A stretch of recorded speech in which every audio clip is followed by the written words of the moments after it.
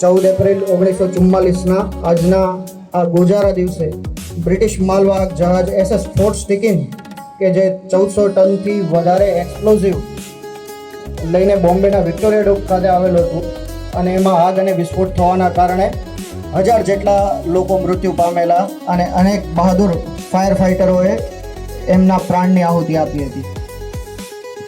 એ ઘટનાને ધ્યાનમાં લઈને વીર શહીદ ફાયર ફાઇટરોની યાદમાં ભારત સરકારે director general of civil defence, home guards અને ફાયર સર્વિસ દ્વારા દર વર્ષે 14 એપ્રિલના દિવસને ફાયર સર્વિસ દિવસ તરીકે અનુસરવામાં આવે છે, જેમાં આ વર્ષની theme safe school, safe hospitals and fire safety aware society together four fire prevention છે.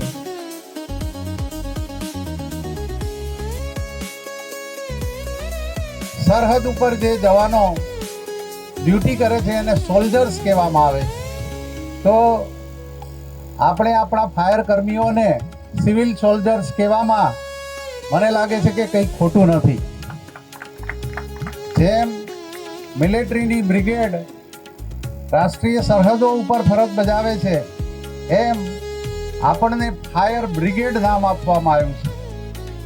અને મને કહેતા આનંદ થાય છે કે એક પણ પ્રસંગ કોઈ એવો બતાવી શકતા નથી કે આપણી ફાયર બ્રિગેડના કર્મચારીઓએ પોતાની ફરજ નિષ્ઠામાં ક્યાંય પણ ઉણપ રાખી હોય. ફાયરના કર્મચારીઓ માટે સમાજમાં જે માન છે એ જાળવી રાખવાની આપણા બધાની સંયુક્ત જવાબદારી છે. અને મને ગર્વ છે કે આપણી ફાયર બ્રિગેડે હંમેશા એ સમજણ અને એ પોતાની પ્રતિષ્ઠાને ઉન્નત રાખવા માટે શક્ય તમામ પ્રયત્નો કર્યા છે. જ્યારે અન્ય લોકો જોખમથી દૂર ભાગે છે ત્યારે આપણે બહાદુર જવાનો એ જોખમ તરફ આગળ વધીએ છીએ. અગ્નિ, ધુમાડો અને અનિશ્ચિતતા વચ્ચે તમે એક આશાનું દીપક બનીને ઊભા રહો છો.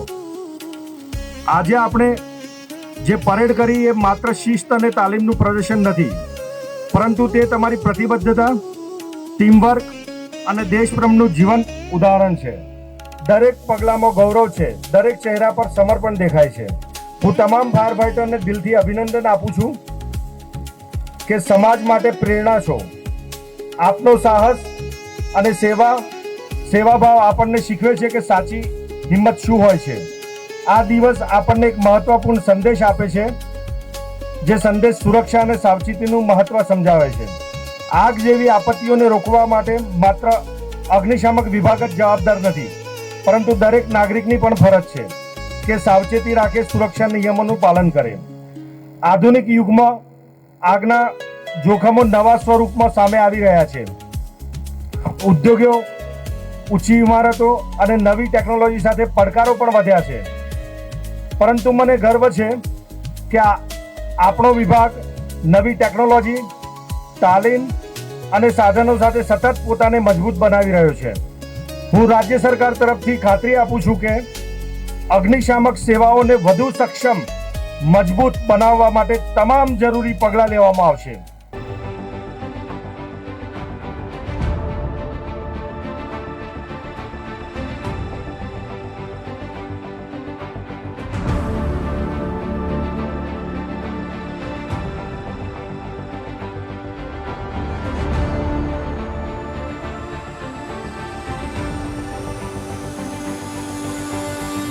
આજના ઇવેન્ટની અંદર જે ફાયરના જે જવાનો આવેલા છે તમામને હું હૃદયપૂર્વક દિલથી આભાર માનું છું. સ્પેશિયલ આભાર આપના મુખ્ય અતિથિ વિશેષ શ્રી, એમનો કિંમતી સમય નીકાળી અને જે આપણને ઉદ્બોધન આપેલું છે, બધાને મોટિવેટ કર્યા છે, તે બદલ આપનો ખૂબ ખૂબ આભાર.